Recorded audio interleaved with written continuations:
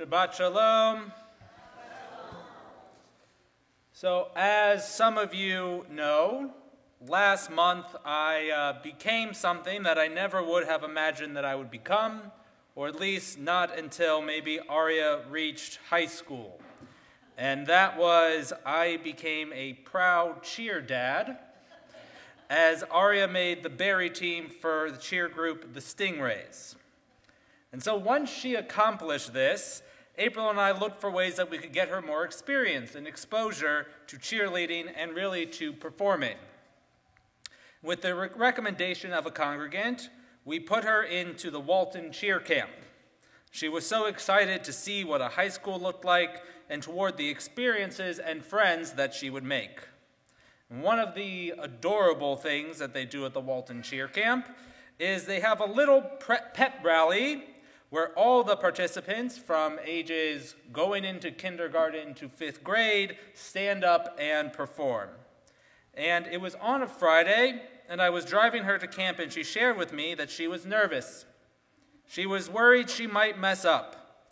And from my seat in the front of the car, I could tell she was just psyching herself out.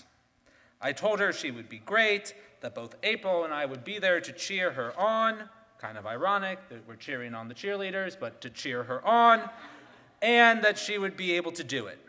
Sure enough, when I came back later that day, she absolutely nailed it and did it with a smile on her face from ear to ear. 2 weeks later, it was time for her to go to Epstein's Tumble and Cheer Camp. Again entered the days with excitement, and they too were going to do a performance at the end of the week. Thursday evening arrives, and April and I hear crying coming from Arya's room. We rush to see what's going on and what's wrong. I'm scared to perform tomorrow. I do not want to do the performance. I don't think I can do it. After some time, we calm her down, and she is okay and falls asleep.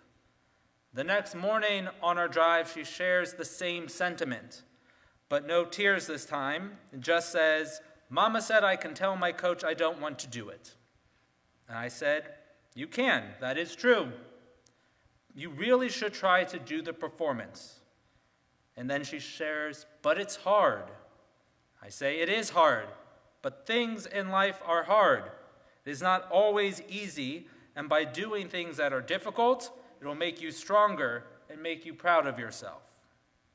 So, how does cheerleading connect to this week's Parsha? Well, out of the entire team of spies that went to check out the land of Israel, only two, Caleb and Joshua, came back with their pom-poms in the air, cheering for us to go forward with the plan of entering the land of Israel. The other spies who came back and reported were less than enthusiastic about our ancestors' prospects of making it into the land successfully. This entire Parsha is filled with doubt, lack of confidence or faith, and just thinking that things might be too hard and that we won't be able to succeed.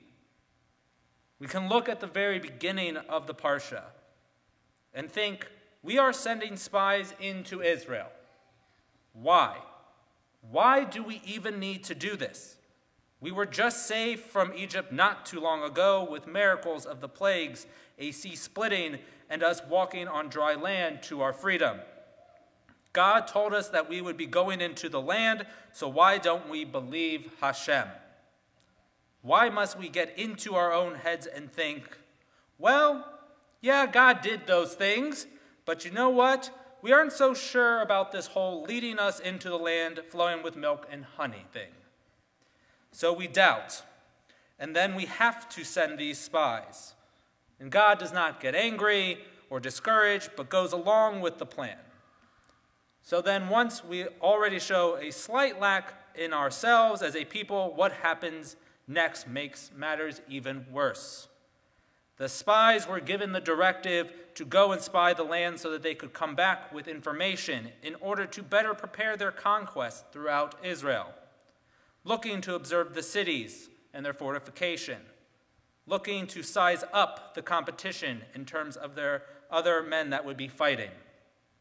And after they spend their times in the land, they come back and bring a somewhat contradictory report. They say to Moses, "Yes, it is indeed a land flowing with milk and honey. And as a matter of fact, here are some of the amazing fruits from the land. But the people there are strong, and the cities are massive and fortified." Now, had they stopped just with that report, it might have been fine, because if we are being honest, their mission was to look at it from a military standpoint. But they couldn't contain themselves, and they decide to keep talking and go on and say that they want to add sort of their own perception, their own doubt then comes into their report. Almost like they are trying to talk themselves and Moses and Aaron out of trying to go into the land. And they say, "Thus they spread calumnies among the Israelites about the land they had scouted, saying, 'The country that we traversed and scouted is one that devours its settlers.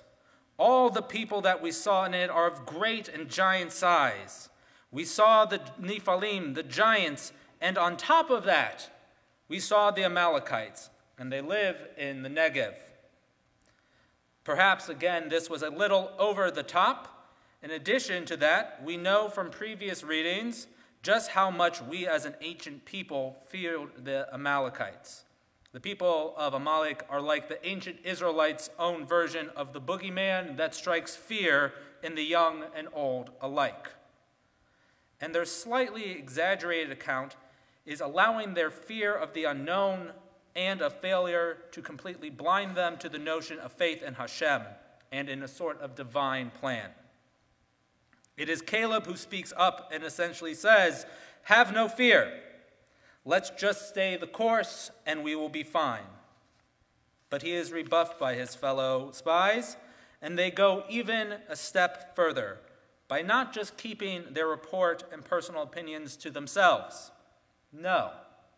They then go to the entire Israelite people and tell them that they should march onward to the land, that they should not march onward to the land because they will not succeed. And of course, this gets the entire people to cry out in fear. The Torah tells us that they wept that night, and they speak out against Moses, which while it's not something new, they still did it. And it even gets to the point where they posit that it would have been better for them to stay in Egypt. And they even say, "Let us find a leader who will take us back to the land of Egypt." As you all will probably agree, fear and doubt and worry of failure is something that can be rather contagious, especially when leaders from each of the tribes come back bringing an ominous report of what lies ahead of them. And it is no surprise that our ancient ancestors reacted in such a fashion. But by this point, God has had enough with this old slave sort of mentality and their ability not to accept this newfound freedom. So here is where God decrees that anyone who is above the age of 20 will die out prior to going to the land. This is a generation that cannot handle this sort of freedom. They should be appreciative and have faith in God, but really also have faith in themselves that they can overcome this potential hard battle. Yet we see clearly they cannot. When it comes to their fight or flight instinct, that the collective people choose flight. I am sure that there are those of us here today who can really relate to this in some way. I am sure that each of us has been faced with a potential challenge or struggle or something that was hard that we needed to do. As we thought about it more and more, the voice in our own head started to get louder and louder. And then we started to really doubt, would we be able to go through with this difficult task? We told ourselves it might just be easier to ignore the difficulty. We each have slowly defeated ourselves from being able to have a new experience or a conversation or to tackle a struggle just because it's going to be hard. And I have had conversations with friends and congregants who have said, you know what? I want to try and add a new aspect to my religious observance, but I think it'll be too hard to keep kosher or too hard to keep Shabbat. And I always tell them to think of it as if you're trying on a new article of clothing. You're not sure if you will like it or if it will look good, but you cannot really see that until you actually try it on. The same thing comes to adding an aspect to your religious observance and experience in Judaism. And so what I think this tells us is not to be afraid, of course, and not to let ourselves get in our own ways, but also try something, even if it's hard. Because sometimes that will work, trying it on, and it will bring meaning to your life. Sometimes you might need to try something else on, and that is okay. But the Parsha is telling us not to be crippled by fear. Do not look for the easy way out. If we always look for the easy way out, we will never know what we could have been. We never will know what we might have been able to accomplish. We need faith. We need faith in Hashem, but even more than that, we need faith in ourselves. We need not tear ourselves down and run from hard situations. We need to be like Caleb and Arya, who said, I or we can do it. Because you can. But the question is, will you let yourself try to tackle your own metaphorical conquest into the promised land? Shabbat Shalom.